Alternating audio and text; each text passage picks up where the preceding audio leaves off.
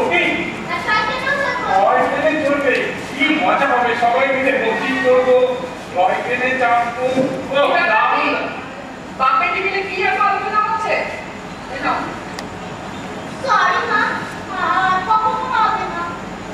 ঠিক আছে যাও, মুখটা ধুয়ে দুধ খেয়ে করতে বসো।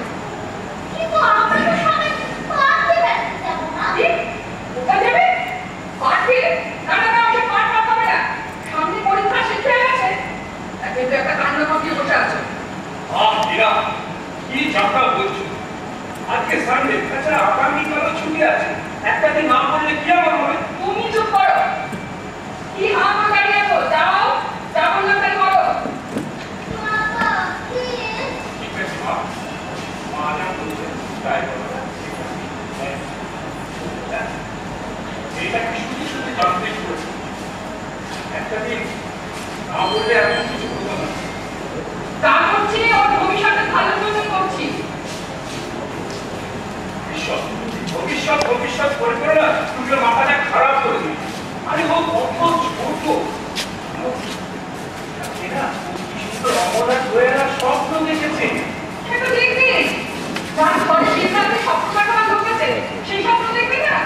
আমি একদম করে চেষ্টা করছি মেয়েটাকে মানুষ করার, কিন্তু তোমরা ওকে কিছুতেই মানুষ হতে দেবে না। কি যাটা বলছো? হ্যাঁ তাই, তুমি আর তোমার মা দুজনে মিলে আমার স্বপ্ন ভঙ্গ করার চেষ্টা করছো। বুঝতে পেরেছো? আস্তে কথা বলো, পাশের ঘরে মা আছে। আস্তে কেন আস্তে বলবো? তোমাকে আমি দিনের পর দিন বলিনি তোমার মা আমার মেয়ে বারোটা বাজাচ্ছে? তুমি কিন্তু কোনো কানে দিচ্ছ না, বা দেখছি আমাকে একটা কিছু ব্যবস্থা নিতে হবে। ব্যবস্থা নিতে হবে কেন? আমার মা কি এমন করেছে যে তোমাকে ব্যবস্থা নিতে হবে? কি এমন করেছে? কেন তোমার মায়ের জন্য আজকে মিথ্যে কথা বলতে শিখেছে। খাতা বিলিয়েছে, খাতা লুকিয়ে রেখেছে, নম্বর কম পেয়েছে। এখন বুঝতে পারছো না এগুলো কোথা থেকে শিখছে?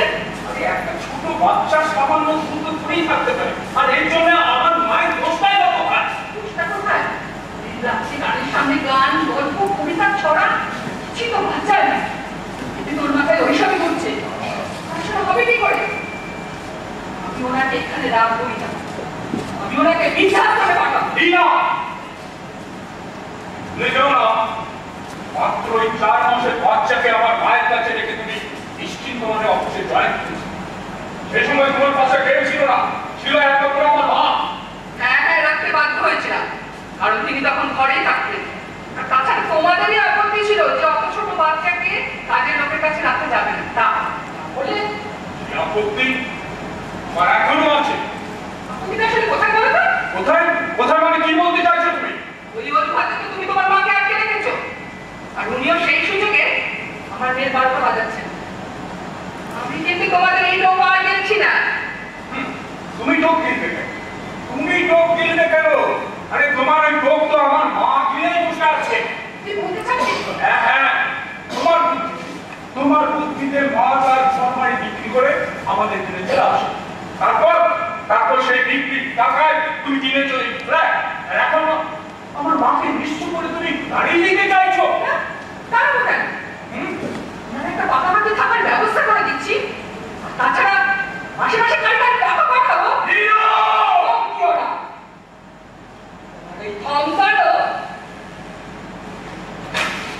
আমি আমার মেয়েকে নিয়ে স্বপ্ন দেখি, আর সেই স্বপ্ন আমি সফল করবই। It's my challenge.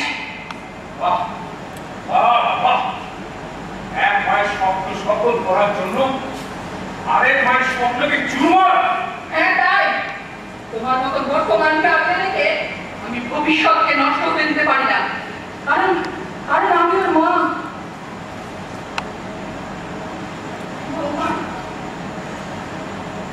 তোমার স্বপ্ন সফল দিদি ভাই